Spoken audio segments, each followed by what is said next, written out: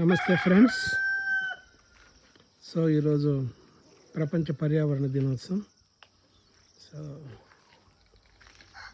In fact నా ఉద్దేశం ప్రకారం ఈ పర్యావరణ దినోత్సవం అనేది కేవలం ఈరోజే కాకుండా ప్రతిరోజు జరుపుకోవాలి.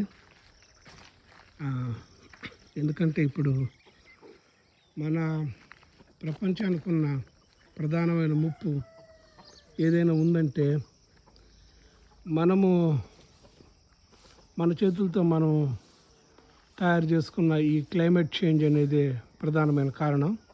ఎందుకంటే మనం కొంతపాటి స్థలం దొరికినా అందులో ఉన్న చెట్లు కొట్టేసి, అలాగే in the name of development అడవులన్నీ నరికేసి, ఆ తర్వాత అక్కడ మనం రిసార్ట్లు కట్టుకొని,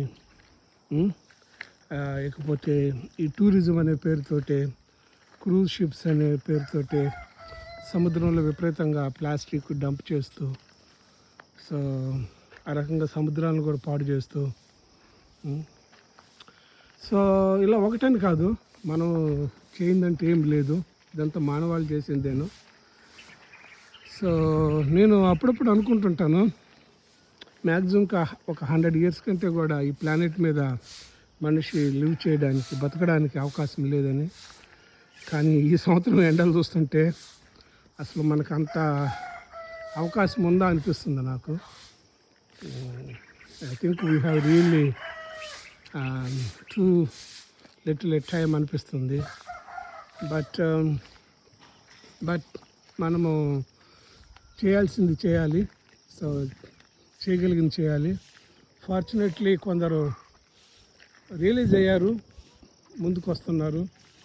సో చెట్లు రక్షించుకోవాలి.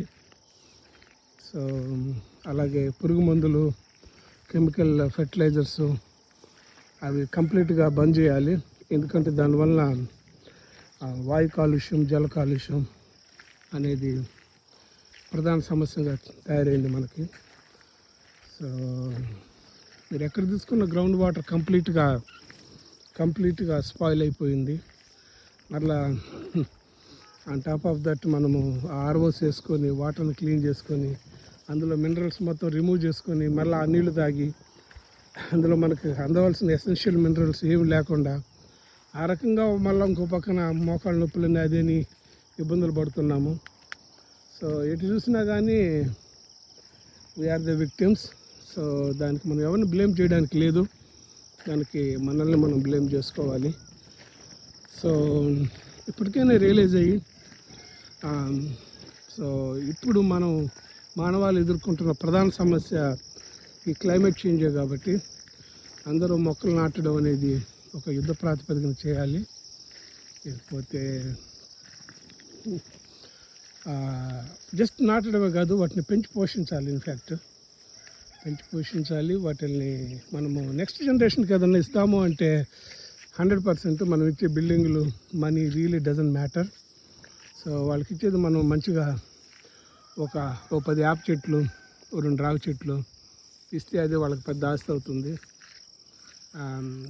సో ఐ హోప్ చాలా మటుకు కొందరు రియలైజ్ అయ్యారు. రియలైజ్ కాని వాళ్ళకి మనం ఏం చేయలేము, బట్ ఎడ్యుకేట్ చేయడానికి ట్రై చేస్తూనే ఉండాలి.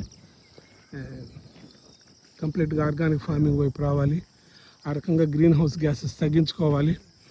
ఆ రకంగా క్లైమేట్ చేంజ్కి కారణమైన కొంత గ్రీన్ హౌస్ గ్యాసెస్ మనము తగ్గించి మనము ఆ రకంగా హెల్ప్ చేయాలి. యాజ్ వెల్ యాజ్ మొక్కలు నాటడం, వాటిని రక్షించడం అనేది మనం తీసుకోవాలి. టూరిజం బాగా తగ్గించాలి. మీకు తెలుసో లేదో, ఈ టూరిజం అనేది కూడా another big contributor for pollution. So మన పాత్, మన complete trail right. So water bottles నుంచి మనం తీసుకునే ఆ ఫుడ్, ప్లాస్టిక్ కవర్లు, అలాగే మనం ఎక్కే వాహనాలు, అవి విడుదల చేసి, అవి నడవడానికి యూజ్ చేసిన డీజిల్, పెట్రోలు, అవి విడుదల చేసే గ్యాసెస్ ఎక్కడ తీసుకున్నా కానీ మనం కంప్లీట్గా మనము we are really causing the damage to the environment. So hopefully everyone would realize that, and let's do our part, you know. So మన వంతు మనం చేయాలి. అండ్ ఇంకా rest of the things, of course, mother nature will certainly take care of us if we could take care of mother nature, you know. So thank you friends. And yeah, మన అంకురం form ఇక్కడ చిన్నకరాకలో నేను రోజు లెక్క పెట్టుకుంటాను.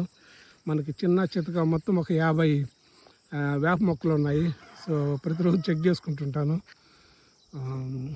So I feel proud about that. And ఇంకా మొక్కలు వేయాలి. But yeah, let's do our part, you know. Thank you friends.